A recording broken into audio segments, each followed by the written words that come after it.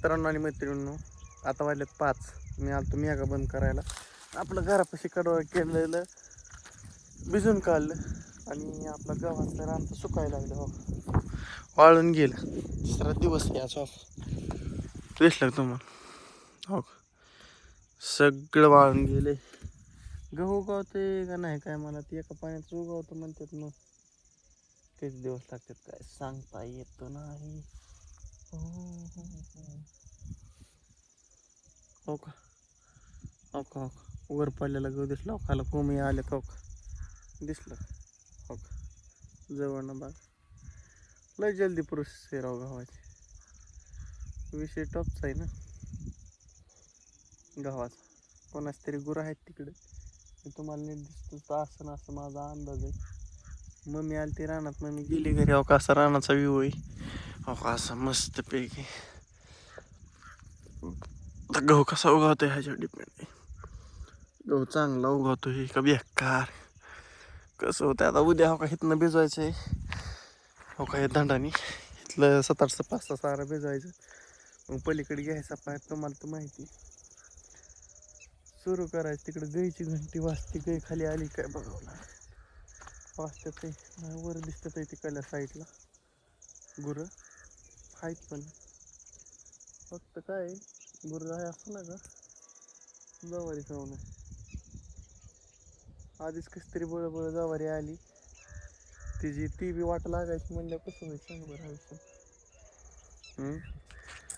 अशी वाट लागू नाही ना माणसाला. काय वाटतं तुम्हाला? लय अवघड विषय म्हणा. पाखरांनी बरीच खाल्ली आहे कोपऱ्यात जवारी, बारक्या चिवाळांनी. पण त्यांनी तरी काय खाऊन द्या. आता काय अवघड विषय. आधी हिकडला का उगवण, परत वारसा उगवण. तर लेट भिजले म्हणलं ती लेटच उगवणारी. त्यात काय अंदाज नाही आहे. मंदच नाही. आता मीही आबाला म्हणत होतं की वाळलेलं लिंब काढू राव आपण आबाने काय काढून दिलं नाही. तर राहिले दसकाट उगं मध्येच. सकाळी पिटील होतं बघा काही कसं बांध क्लिअर झालाय बघा बरं. ती खाली माणसं आहेत कांदा काढते तेव्हा तेव्हा तेव्हा तिकडे डिपो टाकते. तेव्हा ती बारका कुठलं तेव्हा ते हे मोठ्या डिपोच्या खाली तिकडं डिपो टाकते. ते कारण का माहिती का, आपल्या तालीच्या कडेला थोडं कांदा राहिलं होतं ती काटल्यात. आणि कांद्यावाला नेतो म्हणतोय आज उद्या करते. जर मार्केट रिवर्स असल्यामुळे व्यापारी काही नाही नाही. पण 1-2 दिवसात नेईन असा माझा अंदाज आहे, असं मला वाटतंय बरं का. विषय बाकीचा नाही काय. आता सारांचं दंड इरगाळतात म्हणते ते. इरगाळते का राहते काय कळायचं नाही. वरिंब ही आता हे काही असे वरिंब आहेत का नाही इरगुळून आता गहू दाटवाट उगवला फटाफटी होती असं मी बऱ्याच जणांकडनं ऐकले.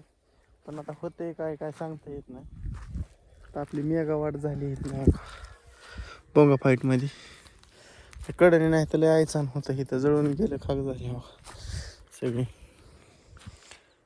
तिथं गुरं आहेत तो का हायची वाय दिसली मला माझी सावली बघा. माझ्यासोबत चलते डेंग चिंडे डेंग डेंग असं बघा. दिवस कसा झाला ही दिवस ग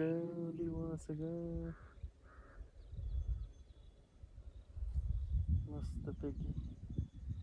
काही तर वलं सुद्धा जळले तुम्हाला दाव का. काही तर वल्या टाकळा होत्या बघा. खोडक्या सगळ्या जळून गेल्यात बघा. म्हणजे इतकं विशेष आहे. वलं सुद्धा जळते वाळ्यासोबत. ती माणूस नाही म्हणे चांगल्या माणसासोबत वाईट माणसासोबत राहिल्या चांगल्या माणसाचं वाटोळ होतं. तसं ह्याच्यातनं सिद्ध होतंय की चांगल्या सुद्धा वाटोळ करू शकते ही. काटली कशी नाही अजून जाळे जाळ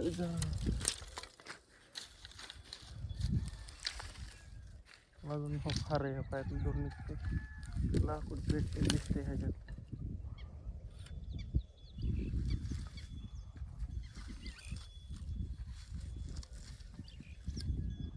मी हल्ल्या भेटलं काय कोणाच मला तरच वाटायला लागलं.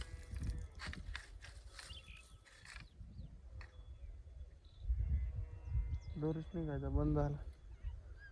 होता दूर निघत होता बंद झाला.